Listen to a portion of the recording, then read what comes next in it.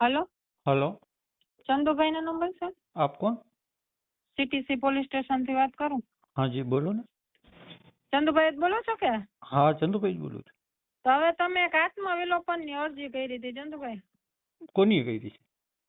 તમે ખંભાળિયા કરેલી છે? ના। તો તમારું તો ત્યાંથી આવેલું છે કે તમે અહીં અત્યારે રહ્યો છો તમારા ઓલા બેનના ઘરે, હા અને તમે ત્યાં આત્મવિલોપનની અરજી કરેલી છે એવી રીતે? હા તમને કોની મોકલી? અમારે ખંભાળિયાથી આવી છે, તમે અહીંયા રહ્યો છો ને? હા હા હું અહીંનું જામનગર। એડ્રેસ છે એટલે હા હા હા જામનગર। હા જામનગરનું. હા એટલે તમને ખંભાળિયા પોલીસ સ્ટેશન થી મોકલવામાં આવી? હે? Khambhalia police station Khambhalia police station થી? હા એસપી સાહેબે મોકલી કે પોલીસ સ્ટેશન થી આવી? એસપી સરે. તો એસપી સાહેબને મેં પૂનમબેન વિરુદ્ધના પુરાવા આપ્યા છે કે મારા નામની સોપારી આપી છે, તો એ ફરિયાદ ત્યાં મોકલી છે બેન? ના, ખંભાળિયા થી આ તમારી આત્મવિલોપનની એક અરજી આવેલી પણ છે. બેન આમાં મરી જ જવું પડે ને, અમને ઓમય મારી નાખશે, અમારા નામની સુપારીઓ તો નીકળી ગઈ છે, અમે આત્મવિલોપન અમારે કરવું જ પડશે આજ નહીં તો કાલે। અમે ફરિયાદ તો અમારી લેતા નથી, એમ નહીં, ફરિયાદ મેં અહીંયા લખાવી નથી તો શું કામ બેન ત્યાં જામનગર આવે? જે મેં ફરિયાદ લખાવી છે એની તપાસ થતી નથી, જે મેં લખાવ્યું નથી એનું તમારી ત્યાં મોકલે છે લેખિતમાં। તો એસપી સાહેબને પાછો રિપીટ જવાબ મોકલો કે ચંદુ અર્જન ડુડા છે, તમને ફરિયાદ કરેલ છે આ કે આત્મવિલોપન કરવું એવું લેખિતમાં દીધું છે? એનો જવાબ માગી લો। એમ નહીં, તમે આ અરજી આપેલી છે પણ અરજી મેં આપી, નિવેદન પણ મેં આપી જ નથી તો બેન કેવી રીતે હું નિવેદન આપું?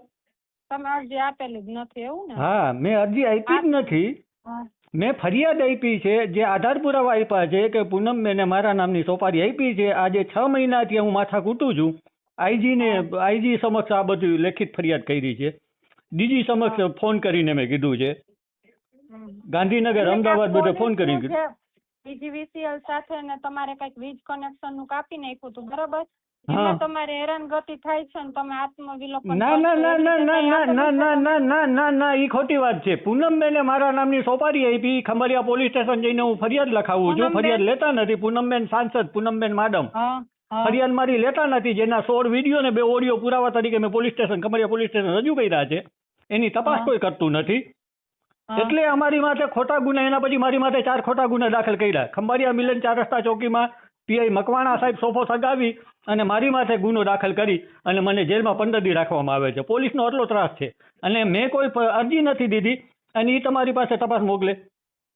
એટલે તમે અત્યારે આ ગુનો દાખલ કરવા માટેની અરજી આપી છે બરાબર? આત્મવિલોપનની કોઈ અરજી નથી આપી એમ કહો છો? હા કે મેં તો એક અરજી નથી, મેં ફરિયાદ કેટલી ફેરે ત્યાં ખંભાળિયા પોલીસ સ્ટેશનમાં એસપી સાહેબને દીધી છે, એ એસપી સાહેબ મારી ફરિયાદ તો લેતા નથી, આ ખોટા મારી માટે ગુના દાખલ કરે છે। એ બાબતે મેં રાજકોટ આઈજી સાહેબને લેખિતમાં દીધું છે, ડીજીપી સાહેબને બધું દીધું છે, તો એની તપાસ તો ક્યાંય આવતી નથી ને એની તપાસ તો થતી નથી।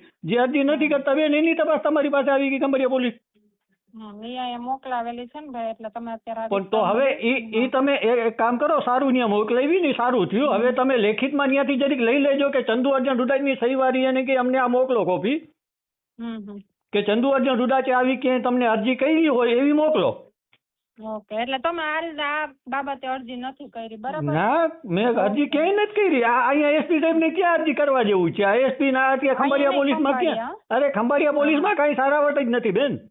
ઓકે ઓકે કઈ વાંધો નહીં। એટલે આ પોલીસનું તો ગુજરાત પોલીસનું ભૂલી જ જાવ, અહીંયા ન્યાય મળવો મુશ્કેલ છે, એટલે મેં કઈ અરજી બરજી કરી નથી, મેં ફરિયાદ કરી છે એ પૂનમબેન વિરુદ્ધ ને પૂનમબેનની ગેંગ વિરુદ્ધ કરી છે। પોલીસ સ્ટેશન કરેલું છે ને તમે? હા ખંભાળિયા પોલીસ સ્ટેશન કરેલ છે, આઈજી સાહેબ ને કરેલ છે, ડીજી સાહેબ ને કરેલ છે, બધે કરેલ છે।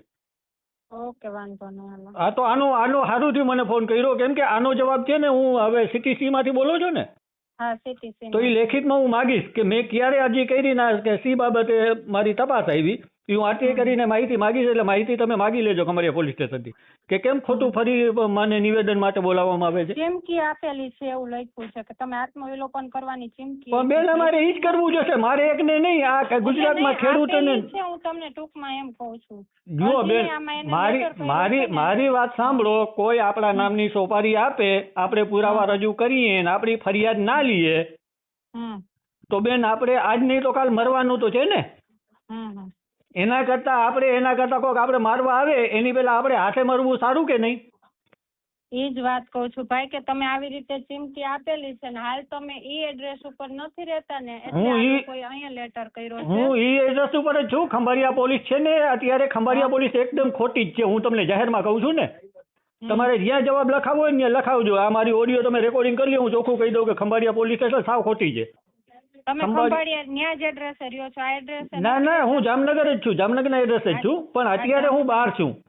હા હા કેમ કે આ બાબતે મેં આંદોલન કર્યું, પગયાત્રા મારી શરૂ હતી, પણ પગયાત્રા મારી રોકી. આ ખંભાળિયાના જે પોલીસ છે ને, એસપી સાહેબ ને બધા, પીઆઈ, પીએસઆઈ, ડીવાયસપી, એ બધા પૂનમબેનને સંપૂર્ણપણે બચાવી રહ્યા છે.